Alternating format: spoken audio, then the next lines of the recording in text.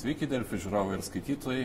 Kviečiame stebėti konferenciją, kurioje mūsų svečias žmogus, kurio pristatinėti nereikia, nebent patiems mažiausiams ir jauniausiams krepšinio sirgaliams, galbūt Vlado Garasto pavardė gali būti negirdėta. Na, ištisos kartos užaugo su šia pavarde laikraščiuose, televizijose, žmonių lūpose, net ir įvairiausio žanro muzikiniuose kūriniuose buvote apdainuotas tiesioginio to žodžio prasme. O kaip sakykit, ponas Garastai, pats prisistatytumėte nepažįstamiems žmonėms, ar krepšinio patriarchų, CSKA skriaudėjų, Arvydo Sabonio trenerių, 2 kartų olimpinių prizininkų, 2 kartų krepšinio federacijos prezidentų? Titulų yra nemažai, bet faktinai nežinau, kaip reikia pristatyti. Paprastai Garastas Vladas ir viskas. Nu, dabar turiu tą paskutinį garbės prezidentą krepšinio federacijos. Nu, turbūt gal taip reikia paprastai, nes ką čia tos titulus vardysi. Trečiadienį laukia filmo Vladas Garastas krepšinio tėvas premjera. Jinai sutampa su jūsų 85-ųjų jubiliejų. Ant popieriaus. Ant popieriaus, taip. Papasakokit istoriją, kodėl ant popieriaus tai sutampa, nes kiek žinau, iš tiesų esat šiek tiek vyresnis, negu prisistatote visiems. Nu, kaip tėvai pasakojo, gimęs esu 32 metai, 2 mėnuo, 2 dieną. Savotiškai įdomiai dvejetai stovi. Tačiau anksčiau reikėdavo pakrikštyti vaiką. Nu ir dabar turbūt stengiasi. Bet pakrikštinus tada tik tai užfiksuojama gimimo diena. Tai kadangi važiavo į Linkovą, turbūt keitė gyvenamą vietą tėvai, dėl ko ten aš nesuklausęs, nežinau. Ir gavosi vasario 8 ant dokumento. Taip kad gavosi toks laikas, vasario 8. Nu ir namuose tai, jeigu būdavo, tai žymėdavom vasario 2. O 8 tai jau viešai. Patogu 2 gimtadienius turėti, vieną savo, kitas... Nu, 2 reiškia, 2 gimtadienis. O taip tai neafišuoji, kad matot, aiškiai, kad 2, o čia važiavau, taip toliau. Man atrodo, kad ir pasėlė žmonių yra panašių situacijų, kiek žinau. Nors gimėt 2 mėnesio 2 dieną, dvejetukininkas nebuvot. Ne, nebuvau. Nebuvau. Sakykit, ar jau matėt filmo dokumentinio galutinį vaizdą, produktą, kaip jis atrodo, kaip atrodo gyvenimas iš šalies? Mačiau. Nu, žinot, vis tiek tai yra ne Hollywoodo gamyba, ne kokie nuotykių filmai ar kas. Skaitau, dėkingas esu už tą darbą, kurį atliko, nes nėra lengva, skaitau. Nėra lengva, ką tai pavaizduoti ir teko ir stebėti ir apie Sabonio, ten buvo Paulausko, o dabar nutarė kažkodėl apie mane. Nežinau, nu, gal ir nieko. Sunku pasakyti. Čia tik toks, nu, paliks dokumentas, kad taip ir taip. Nes, pažiūrėkit, buvo filmas ir kita svajonių komanda apie tą mūsų krepšinio rinktinę. Taip, kad sunku pasakyti. Susijaudinate labiau žiūrėdamas apie savo komandos filmus ar apie save patį? Nu, čia, matot, daugiau šeimos tokie reikalai, čia pasisakymai ir taip toliau. Sunku bendra atgaminti. Pavyzdžiui, ten filmoj apie anūkų klausė, nu ką tie anūkai buvo maži, ką jie labai žino, atsimena. Kad ir vat, jūs, kaip prieš tai kalbėjot, jau nuo 90 metų, kai buvo atkurta nepriklausomybė, jau 27 metai. Tai pagalvokit, tais metais tai mūsų žygiai, kurie buvo su CSKA, jie nematė jų. Taip. Kad ir paskui olimpinės žaidynės 92, 96 metai, nu tai kiek jie turėjo. Nu. Bet manau, kad jūsų namuose ir jūsų vaikų namuose vaizdajuosčių daug. Taip, daug, labai daug. Labai daug vaizdajuosčių ir taip toliau yra. Tai vat. Tiem žiūrovam, kurie filmo dar nematė, tokių yra absoliuti dauguma, siūlau dabar užduoti rūpimus klausimus treneriui apie jo gyvenimą, apie jo komandas. Tai galite padaryti Facebook paskyroje ir po šios transliacijos komentarais. Aš norėčiau jūsų paklausti, štai ko esat vienas pagrindinių, na, taip galima pasakyti, krikštytojų tos mūsų antrosios religijos, o vaikystėje Joniškėlyje, kur visai vaikas būdamas gyvenant ar ne, ir Biržuose, ar tas krepšinis toks populiarus kaip dabar buvo? Galiu tiek pasakyti. Kai turėjau 6 metus, tai tėvas nupirko futbolo kamuolį. Ir šalia buvo kažkoks taip plotas. Ir ten su vaikais žaisdam tą futbolą. Apie krepšinį nieks negalvojo. Kadangi, sakysim, 6 metai, tai buvo 38 metai. 37 metais, prisimenat, Lietuva tapo pirmojo Europos čempionu. Aš žinau, kad ten pradėjo nuo statinių kalt lankus, kalt prie sienų ir pradėjo mėtyti. Tačiau niekas labai to supratimo apie krepšinį neturėjo, nes skaitau, kad gal ten nebuvo ne vienos krepšinio aikštelės, ne vieno krepšio pastatyto. Pažiūrės, aš asmeniškai pirmą kartą gal pradėjau krepšinį žaisti, būdamas pirmoji gimnazijos klasėje. Tai man buvo 11 ar 12 metų. Tai buvo tarpklasinės varžybos ir, nu, koks ten žaidimas, aš įsivaizduoju, kad ten mes nieko nemokėjom. Kada taisyklę sužinojot jau nuodugniai krepšinį? Nu, tai paskui jau, kai pradėjom, jau tapom vyresni, jaunuoliai, tada, reiškia, mes viską labai supratom. Mūsų karta, ta vaikinų, ta klasė, mes viską žaidėm. Žiemą mes čiuožėm, hokejai žaisdavom, greitam čiuožime dalyvaudavom, vasarą lengva atletika, krepšinį žaisdavom, futbolą, tinklinį, nu viskas, taigi visapusiškai buvom. Ir svarbiausia, kad mes patys tvarkydom aikšteles, braukdom linijas, ryždom tinkliukus prie lankų ir taip toliau. Ir iš visapusiškai kartu organizatoriai būdavom. Tai va tiek, bet svarbiausia, kad Biržai ko pasižymėjo. Vokiečių okupacijos metais, jeigu pavadinti, buvo 42-44 metai, visos aukštosios mokyklos buvo uždarytos. Ir toks sportinis gyvenimas vyko. Buvo Biržų gimnazijos komanda Smetonos vardo, nebloga komandėlė krepšio buvo, ir buvo Biržų vyrų komanda, kuri vadinasi Vilkas. Ir būdavo varžybos vykdavo. Tai, pavyzdžiui, Biržų Vilkas yra pasiekęs labai vieną reikšmingą pergalę. Biržų, kur yra pilis dabar, teritorijoje stovėjo teatras vasaros vadinamas. Jis buvo uždengtas iki pusės, reiškia, nieko ten nebuvo labai. Paskui ten apkalė, pastatė krepšius ir atvažiavo Kauno Perkūnas. Už Kauno Perkūną žaidė 4 Europos čempionai. Tai žaidė Pusinauskas, dar pats Impardis, Narkus Rodas, ten dar 4 žmonės ir Biržų Vilkas laimėjo prieš juos.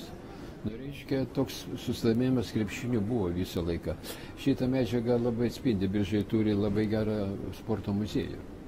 Į ten nuvažiavus, ten tikrai tokia praeitis atsispindi ir tie visi laimėjimai.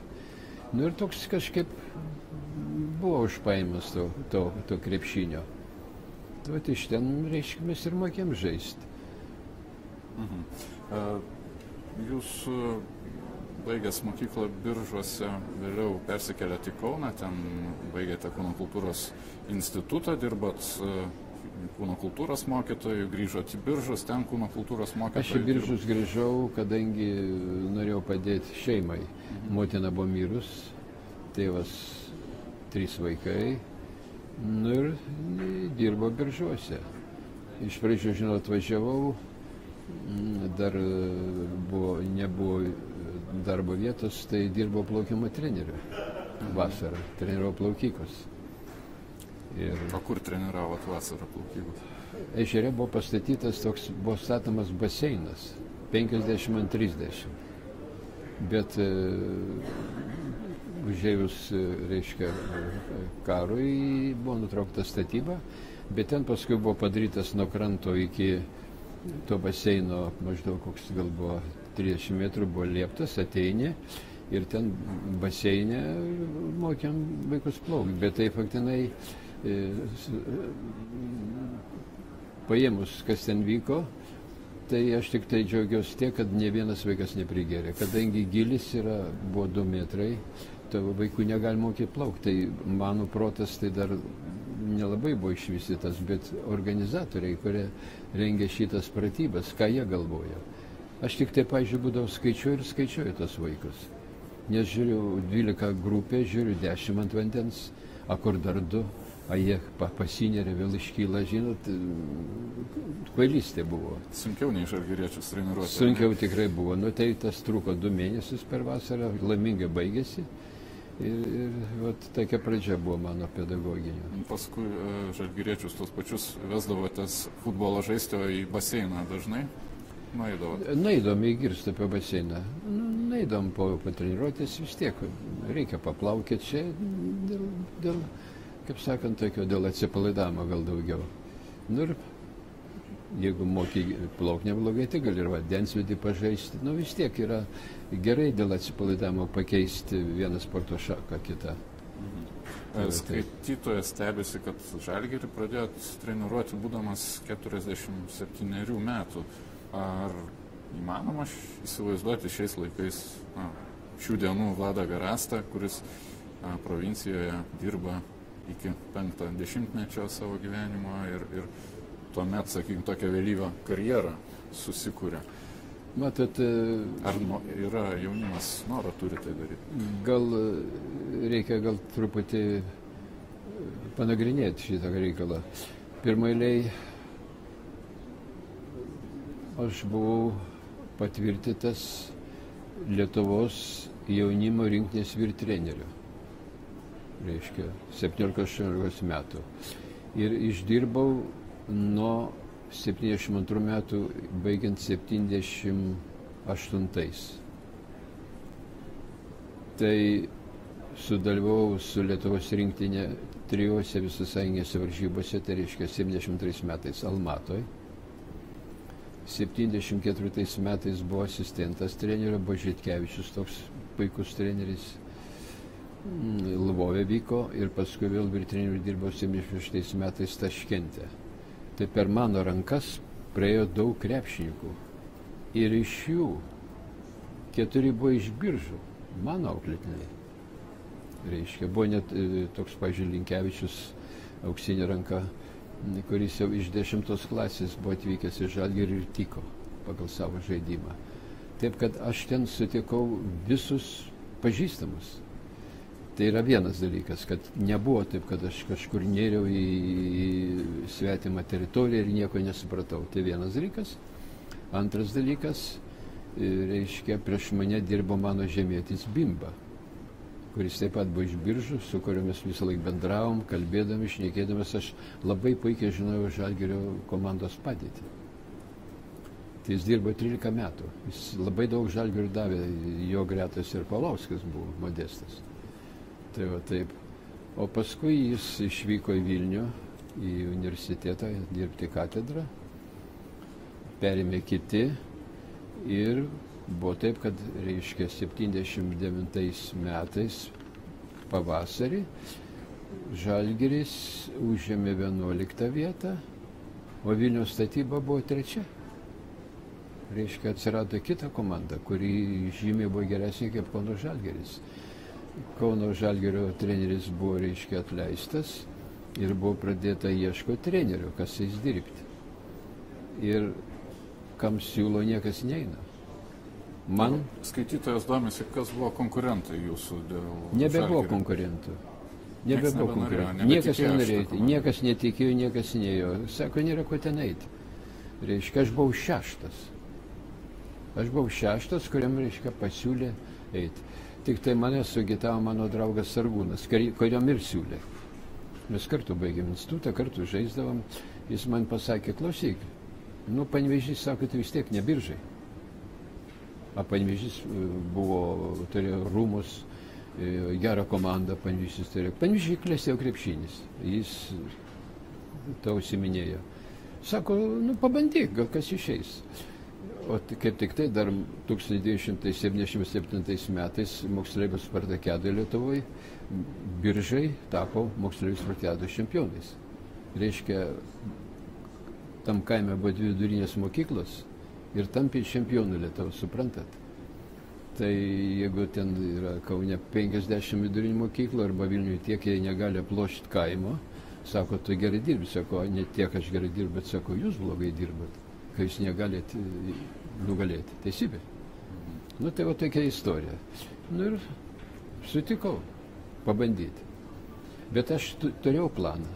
Aš žinau, ką reikia daryti.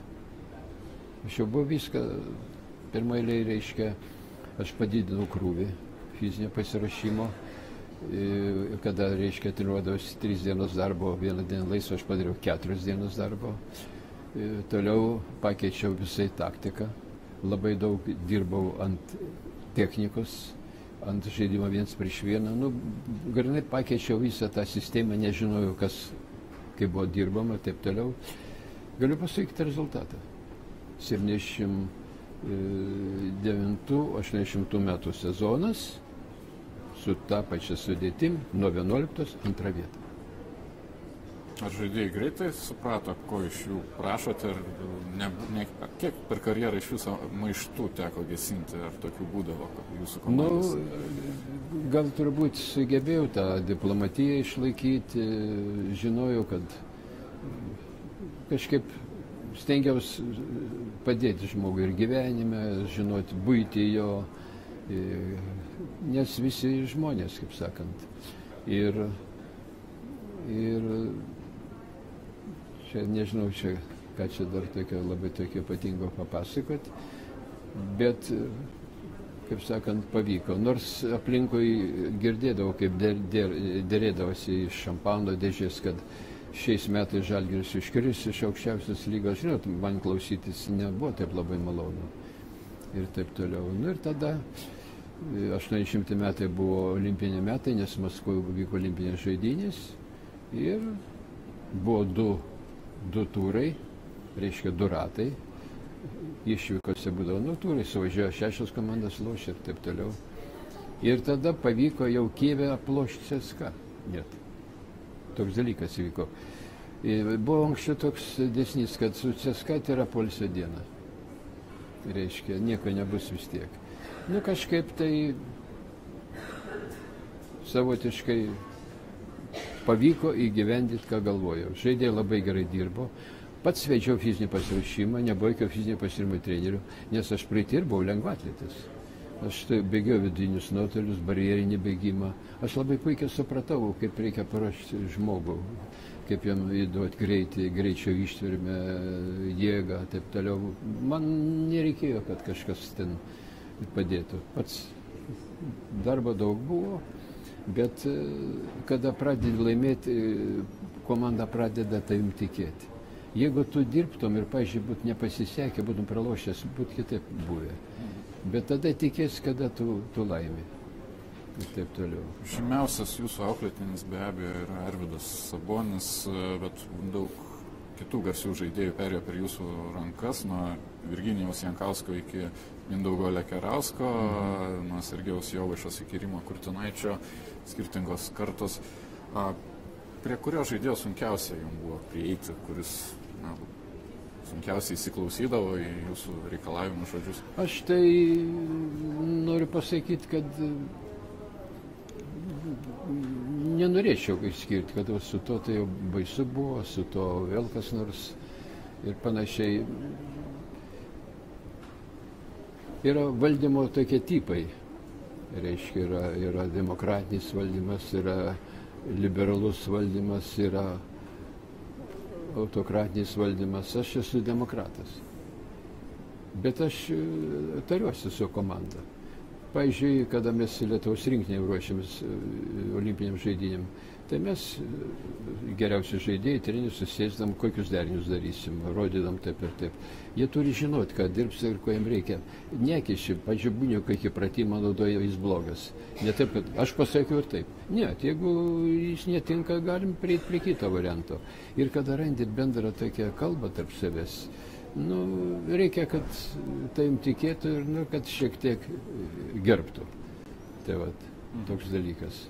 Ir jūs visada mėgdavot kalbėti tiesmukai, ar dėl to dabar nei vienas žaidėjas pamatęs gatvėje nenusisuka, nugaros neatstato? Nežinau, gal kam ir kur tai nepatiko, ar kas, nežinau, bet aš jeigu ką dariau, tai dariau, kad ne man, ne savo ambicijas užglostyti, bet kad čia yra valstybės reikalas. Negali būti, kad, pažiūrėjau, sakysime, tas žaidėjas nepatinka, tai aš jį pakeisiu, neleisiu jam lošti. Jeigu jis puikiai žaidžia, reikia nugalėti savo tas visus ambicijas, juk žaidži žmonėm. Ir ten tavo reikalai su to žaidėju neturi nieko bendro. Čia tas svarbiausia. Svarbiausia, noriu pasakyti, būti teisingam. Teisingam. Tai nėra lengva? Nėra lengva, nes kad žaidėjas suprastų, kad čia yra, ką darė teisingai ir to nusipelnė jis. Tai va taip. 90-mečio Žalgiris, 3 SSRS čempionų titulai, bet komanda tada garsėjo vienodai tiek savo pergalėmis, tiek šventėmis po jų. Ar trenerių štabas kaip nors įsitraukdavo į tai? Ar visada atskirai laikydavotės? Aš galiu tiek pasakyti, gal čia yra biškai ir perdedama, nes man taip viena žurnalistė jam interviu, tai vat kaip čia jūs taip labai linksmindasi visą kitą ir laimėjote čempionus. Tai sako, tada išeina, kad kiti dar daugiau gėrė negu mes. Reiškia, dėl to, kadangi mes mažiausiai, tai dėl to mes ir laimėjom. Ne, čia yra neteisybė. Neteisybė. Pagalvokit. Dabar stovykla, taip. Būdavo 2 savaitės Kaune, 2 savaitės stovykla. Rytą nuo 8 iki 9 mankšta. Pavalgo pusrytį. Nuo pusė 12 2 treniruotės indalios aukštieji ir mažieji. Po 1,5 valandos individualiai, kiekvienas su kamuoliu. Po to pietus, poilsis ir vakarinė treniruotė. Ir vakare dar reikalaudavo politinė valandėlė, iš laikraščių skaityti ir taip toliau, pagal abėcėlę skirdami. Tai kada, sakykite? Su tokia sveikata, kurią turėjo kai kurie žaidėjai tų laikų, turbūt įmanoma rasti laiką, nežinau. Nežinau, tai gerai. Kiek? Ir taip 4 dienas vyksta režimas laisva. Man atrodo, kad nelabai norėdos. Tarp kitko, žinokit, patys žaidėjai viens kitą kontroliuodavo, žiūrėdavo. Dar jie žiūrėdavo, sekdavo viens kitą. Kadangi laimėti reikia. Nelaimėsi su stiklinė rankoje Tarybų Sąjungos čempionas. Tai palaukit, dar dalyvavom Europos taurės. Dar vienas varžybos vyko. Mes per mėnesį praskrisdavom 40 000 kilometrų aplink Žemės rutulį. Tai sakykit, kada čia reikia linksmėtis? Turbūt pastebėjot, kad po svarbių Gerai, tokių skambių pergalių... duosiu tokį vieną pavyzdį. Buvo toks Žalias kalnas, taip? Puikus labai restoranas, labai vidus. Ir man pasakė, kad vienas žaidėjas, aš ir turėjau žvalgybą. Aš labai daug žinodavau. Bet tik tai aš viską mėginu viduj, viską užgesinti, išsiaiškinti ir panašiai. Tai sako, buvo tas, kitą dieną aš įčiupau. Sako, aš atvykau pavalgyti vakarienės. Nu, tikrai, nu, ką jis vienas ateis ir tai čia reikia būti jau potencialių girtuoklių, sutinkat. O tuo laiku, tuo pačiu metu rankininkai šventė vieno vyruko gimtadienį. Sėdėjo prie stalo 20 rankininkų vyrų ir apie tai niekas. O kad vienas krepšininkas atėjo į Žalią kalną, kalba visas Kaunas. Suprantat, didelis toks buvo labai autoritetas. Ir kiekvienas visi žiūrėdavo. Ir pasakysiu, tikrai žmonėms siūlydavo, susitinka, tai klausykite, einam pakalbėsim, pašnekėsim. Aš šitą kalbėdavau, vyrai. Nepasiduokit, nes kitam malonu pasėdėti, o aš su juo buvau, aš su juo ką ir tą ir dariau. Suprantat, yra. Čia buvo tokia didelė garbė kažkaip, kad tu su juo pakalbėjai, pasėdėjai, jeigu dar ką nors padarai, tokio susistimo, tai iš viso jau čia jau liūtas skaitėsi žmogus. Taip, kad tos kalbos, žinot, pereina į jūras jau. Ir taip jau sutikit, nu, tai čia yra baisus sveikatos gadinimas. Jis vykdavo patikrinimai. Noriu pasakyti, kad aš... Esate išvaręs, atsiprašau, ištreniruotas kada nors žaidėją dėl... Ne, buvo tokios bausmės. Jeigu neteini į treniruotę, į treniruotę reikia 40 minučių prieš. Jeigu ateini vėliau, yra bauda. Jeigu leidžiama buvo padaryti rungtynių metu tik vieną klaidą, už antrą klaidą reikia mokėti. Tai piniginės baudos? Tai piniginės baudos įvežiau. Reikia tvarkyti, kažką reikia daryti. Kartais reikia ir karo komendanto valandą vesti, nors esi demokratas, bet kartais reikia smūgį tokį. Kadangi būdavo klaidų daug ir matau, kad čia klaidos yra grinai, tokios reikia susikaupti, biški koncentruotis, tokios biški ir tas priverčia. Lėšos kur buvo panaudojamos? Žmogui vardadienis, gimo diena, gėlių, dovanėlę nupirkti. Viskas buvo kontroliuojama. Taip toliau. Ir pats svarbiausias dalykas buvo, pati baisiausia bausmė buvo. Tai buvo bilietai į varžybas. Kasų nebuvo. Bilietų nebuvo tokių į halę. Jas dalindavo įvairiom gamyklom ir taip toliau, taip kaip receptus išrašydavo. Ir komanda gaudavo tam tikrą kiekį bilietų ir mes tos bilietus padalindavom kiekvienam. Ir vat, jeigu jis prasižengdavo, jis negaudavo tų bilietų. Tai buvo bausmė, žinokit. Tai buvo tragedija. Toks buvo ginklas, kai aš net nesivaizduoju. Dabar jau šiais laikais turbūt reikia kitokių ginklų ieškoti. Šiais laikais kitokią reikia mokėti, nebepagazdysi. Tai tokie dalykai. Aš taip, pažiūrėjau, už tai, kad, buvo taip pat ir kur specialiai darydavo, kad paleist gandą, papletkavoti ant žmonių. Pavidolį daug buvo tokių visokių, kad matai, ką jie daro, taip toliau. Čia visokių dalykų, žinokit, galima surasti. Skaitytojas... Kaip norėtų kalbėti, bet rezultatas toks. 3 kart Tarybų Sąjungos čempionai, 5 kartus vicečempionai. Ir viskas, ir ačiū. Viską lemia galutinis rezultatas. Ne taip, kad, oi, kaip mes dirbam, kaip mes treniruojamės, bet kai ateina laikas ir nieko nebėra. Taip, palauk, tai kas. Taip, kad skaitau aš, tai... Mūsų skaitytojas, vienas, gal nežinau, jūsų toje žvalgyboje dirbęs, nori pasitikslinti, ar Žaliam kalne ne Sergejus Jovaiša su rankininkais buvo. Ne, šito nežinau. Ne, tikrai ne. Ne, turbūt. Gerai, kitas trenerių klausimas. Kur čia dabar, kur kas buvo, kur kas sukogulėjo, kur kas mėgojo, kas... Čia, žinai, čia labai gili praeitis jau dabar čia.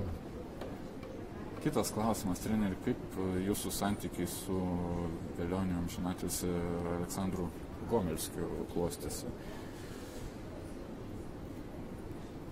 Ar kartu dirbti iš principo išsitekdavote? Čia, žinot, jis savotiškas buvo žmogus, savotiškas. Aš jį su juo daug labai gerai pažinojau ir taip toliau, ir taip toliau. Tai kažkur, galiu pasakyti, pirma pažintis, tai buvo po 1980 metų olimpinių žaidynių Tarybų Sąjungos rinktinė užėmė 3. vietą. Tada buvo surinkti visi treneriai ir Gomельskis buvo mušamas, be gailesčio ten. Ir reiškia, ypač pasižymėjo iš Kijevo SK, buvo toks vienas treneris ir taip toliau, kuris paskui atskleidžia keliais į Leningrado prospektą ir bučiavo Gomelskio rankas, kad neišmestų iš darbo. Kaip jis mušamas ant politinėse sluoksnėse? Jis, žodžiu, buvo sukritikuotas, kad jis stabdo visą žaidimą Tarybų Sąjungoje, nes reiškia, kas vyko. Kai jūs užėmė 3. vietą, sušaukė visus trenerius, kadangi kaip tai nedalyvavo kapitinės šalys, Amerikos nebuvo. Tada atsisakė ryšim su Afganistanu, Tarybų Sąjunga įsiveržė ir boikotavo šalis olimpinės žaidynės ir Tarybų Sąjunga gavo 3. vietą. Ir buvo jis svarstamas. Tai labai prisimenu, Kontrašin toks buvo treneris, kuris taip pasakė Gomelskiui.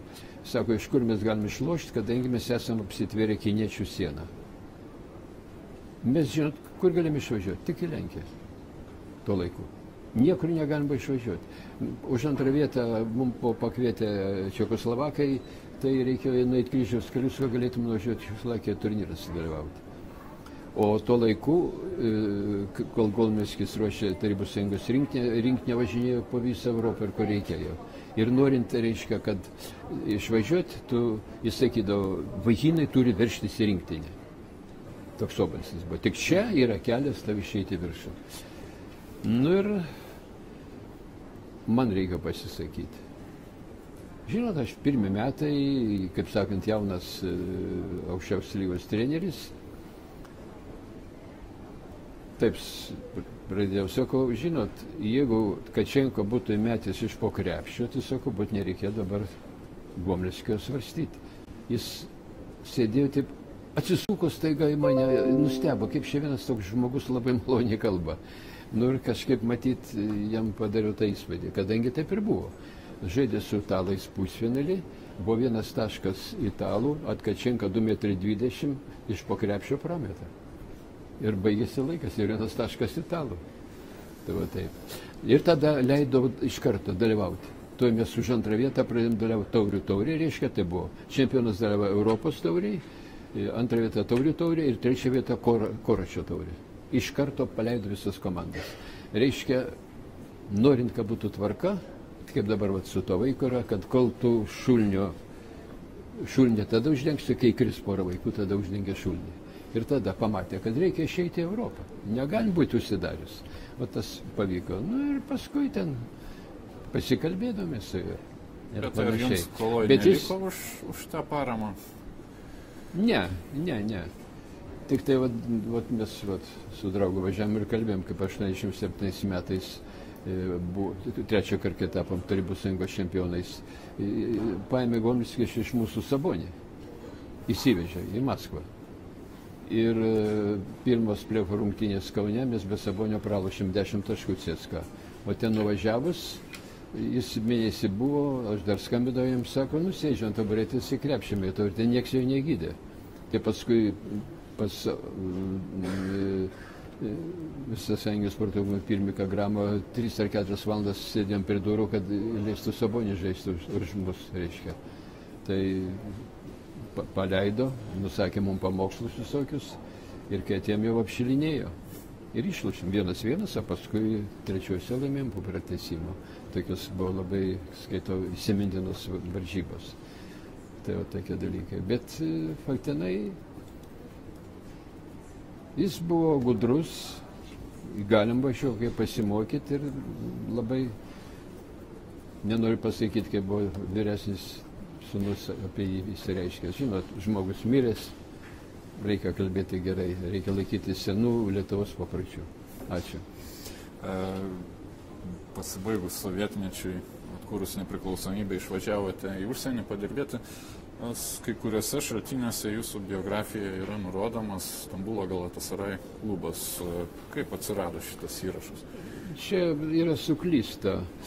Man siūlė, reiškia, Stambulo Galatasarayų, Maskva siūlė treniruoti. Iš karto po. Jo siūlė treniruoti. Toks buvo skyrius Sport Sojuz обеспечение, vadinasi. Ten dirbo tokie armėnai. Bet jie taip pasakė, 50% atlygimą atveš į Maskvą. Nu, palauk, atsiprašau. Aš padarau kontraktą, treniruojuosi ten, dirbu ir 50%. Nesutikau. Tai paskui buvo pasiūlyta Malaga man, Ispanija. Unicaja dabartinė. Unicaja dabartinė, Malaga. Ten reikalavimas buvo per 3 mėnesius išmokti ispanų kalbą. Treniruoti ispanų kalboje. Ir paskui aš tą ispanų kalbą pusę bėdos žinojau. Bet dar galvojau, kai man paskambino iš Čekoslovakijos. Sako, norim, kad atvažiuotumėt, padėtumėt. Reiškia, jie turi 8 vietą, bet treneris tapo Čekoslovakijos prezidentu. Reiškia, toks puikus žmogus buvo.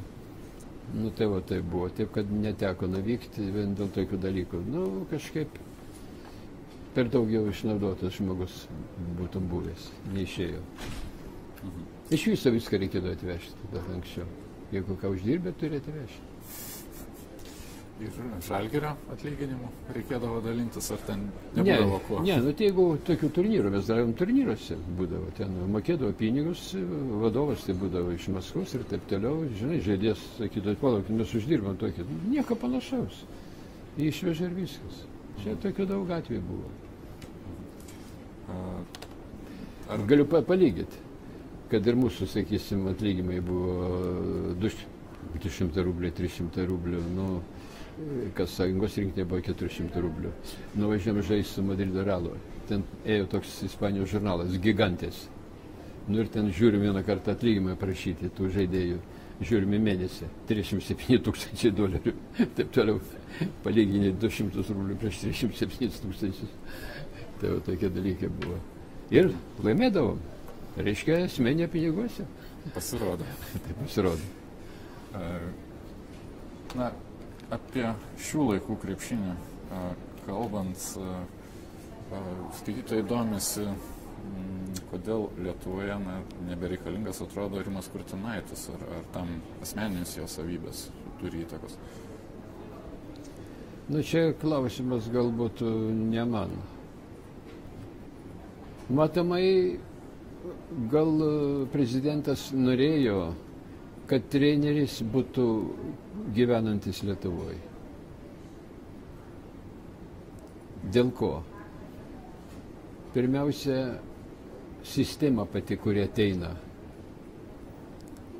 Dabar Europos čempionatas, o paskui jau į pasaulio čempionatą reiks patekti išvykose, reiškia, bus langai ir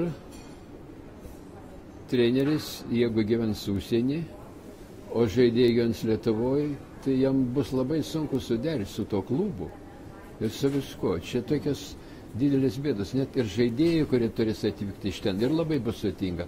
Aš pats praėjau šitą kelią 97 metais.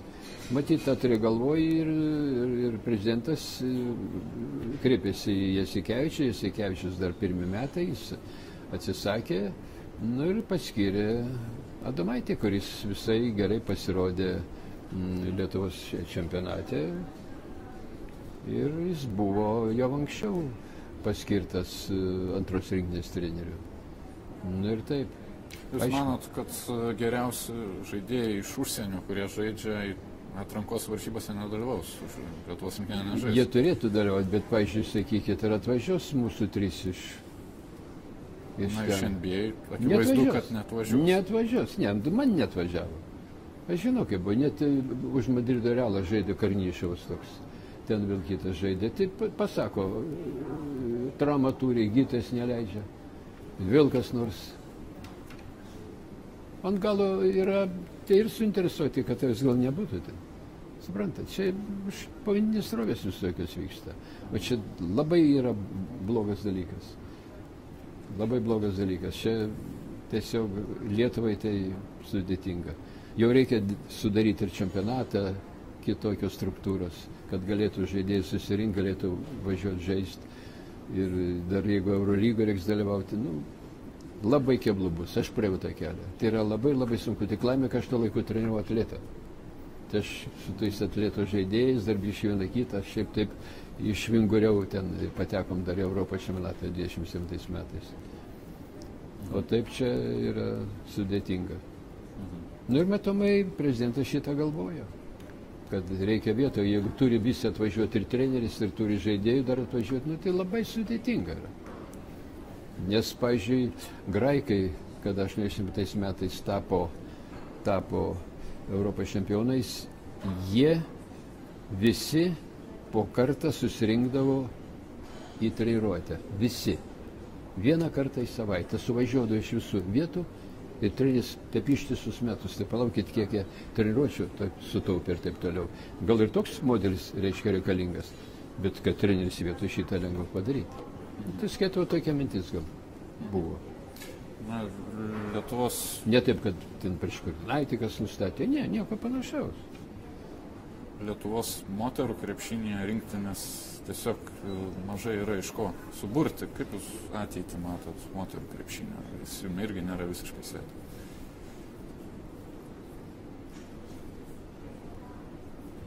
Dabar yra, skaitau, tas jaunieji talentai yra, taip toliau čia tik tai jau kuriam laiku nusikelia. Skaitau, reikia, kad reiškia ir treneris yra paskirtas ir taip toliau pradės dalyvauti. Skaitau, turėtų moteris vėl atsigauti. Šitoks gal nuopolis gavosi. Sunku su moterų yra rinktinė, nes gyvenimo aplinkybės niekas labai nebenori toje aikštėje vargti, bėgti nuo vieno galo į kitą ir taip toliau, jas nori biškai kažkokią kitą veiklą užsiimti. Sudėtinga paliko. Labai skundžiasi treneriai, kad ir kitų, kur dirba, sunku surinkti merginų grupės. Ir taip toliau, sudėtinga yra. Sudėtinga yra. Kaip su Biržais apžaisti 4 Europos čempionus. Taip, teisingai. Sudėtinga jo. Čia ir gyvenimas toks, reiškia, įsivystęs, kad anksčiau lengviau buvo. Tos laikais, kai buvo sienos, niekur neišvažiuoja ir taip toliau. Tada dar žmogus, reiškia, galėjo. Tai vat, bet pastangos yra dedamas, yra viskas sugalvota ir reikia laiko, matysim, kaip čia bus. Klaipėdoje kiekvienais metais vyksta Vlado Garasto taurės turnyras, Alytuje buvo Dzūkijos sporto centras Vlado Garasto. Kadaise esat Biržų, Kauno garbės pilietis, ar yra Lietuvoje vieta, kurioje dar svetimas jaustumėtės? Nepasakyčiau.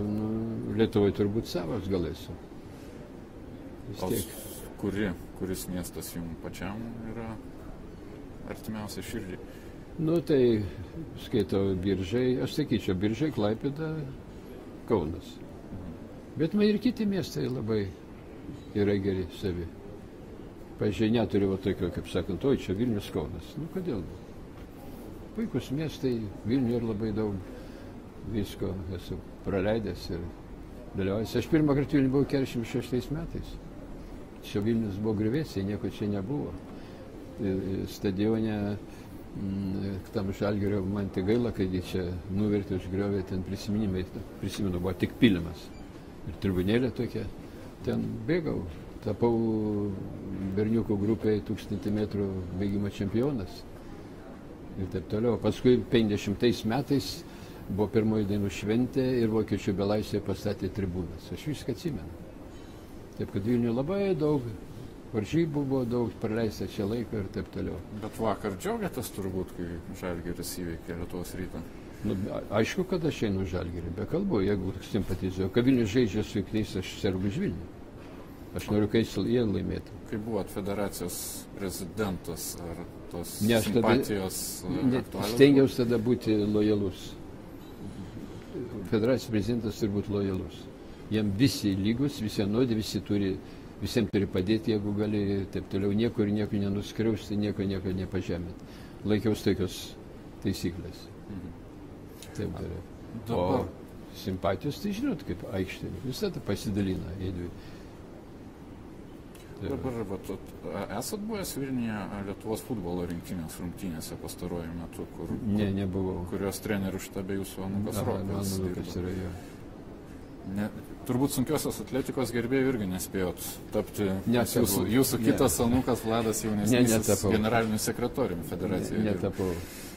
O kodėl nei vienas iš jų, sakykit, krepšinėje, nei trenerių ar vadybininkų netapo, juk, pavyzdžiui, matom, kaip yra Vytauto ir Gabrieliaus Landsbergio tandemas politikoje veikia, o garastų nėra.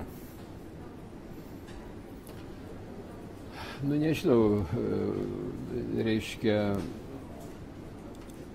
dabartinis Anūkas, kur yra futbolo asistentas, buvo pradėjęs lankyti krepšinį, bet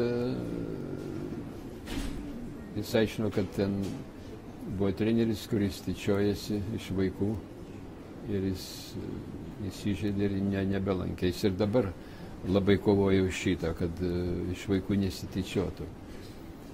Nes yra tikrai trenerių, kurie treniruoja ir paskui, jeigu tas vaikas nepadaro, tai jiems ką nors prikabino tokių. Man nepatogu čia kalbėti viešai, kaip treneriai įsireiškia. Juk tu treniruoji, kad jeigu jis negali pagalmėti, kaip sakant, ko negali pabėgti, gal tau kiaušinį maišą, suprantat. Esu pats girdėjęs. Tai palauk, taigi tu treniruoji. Tu ten savais kalbė. Ir nereikia tokio epiteto vartoti. Čia vaikas jautrus. Ir aš niekada žmogaus neįžeidinėjau, stengiausi. Kad tu toks ir toks, ką tu čia tinki tik tam ir tam. Ne. Pasakyk, ko jam reikia, taip toliau. Čia nuo to geriau nebus ir tave mėgs žmonės ir panašiai. Tai jis ir ten perėjo. Paskui jis įdomis, jis matyti jau gal gimęs to treneriu, kadangi jis ir vaikus ten kiemė jau ten jis treniruodavo, paėmęs tas bokuriukus ir panašiai. O jis mokėsi Ispanijoje, Barcelonoje buvo, stebėjo Barcelonos klubą pusę metų, ten rašinės Amsterdame. Dabar aspirantai magistratūroje mokosi, bendrai stengiasi. Jis vis ateina, pasikalbam. Tai taip, kad mokosi. Tik tokiu būdu galima tapti treneriu. Jaunas dar, 29 metai. Iki 47 toli. Futbole, kad tik būtų toks Kauno Žalgiris. Sunku futbole, kai pakalbė, tikrai sunku futbole. Dabar laukia rungtynės su Anglija. Susirinks, atvažiuos 3 dienas. Anglai jau žaidžia, ten viskas eina kaip reikia. Čia mūsų dar nieks nevyksta. Ir kas bus? Pralošti vėlavą, tai matai tokias. Sudėtingas reikalas yra čia, supranta. Bet futbolas yra geras sportas. Vis tiek. Jūs pirmą savo karjeros traumą futbolo žaisdamas patyrėt, ar ne? Taip. Tiksliau net ne futbolo žaisdamas, o po futbolo. Bet futbolė turėjau ten, žinot, žaisdavo visokių žmonių. Mūsų komanda gera buvo futbolo, mes buvom nuėję tiesos laikraščio į pusfinalį, tik neturim lėšų nuvažiuoti. Reiškia, nebuvo tą laiku. Toks vykdavo tiesos laikraščio futbolo varžybos.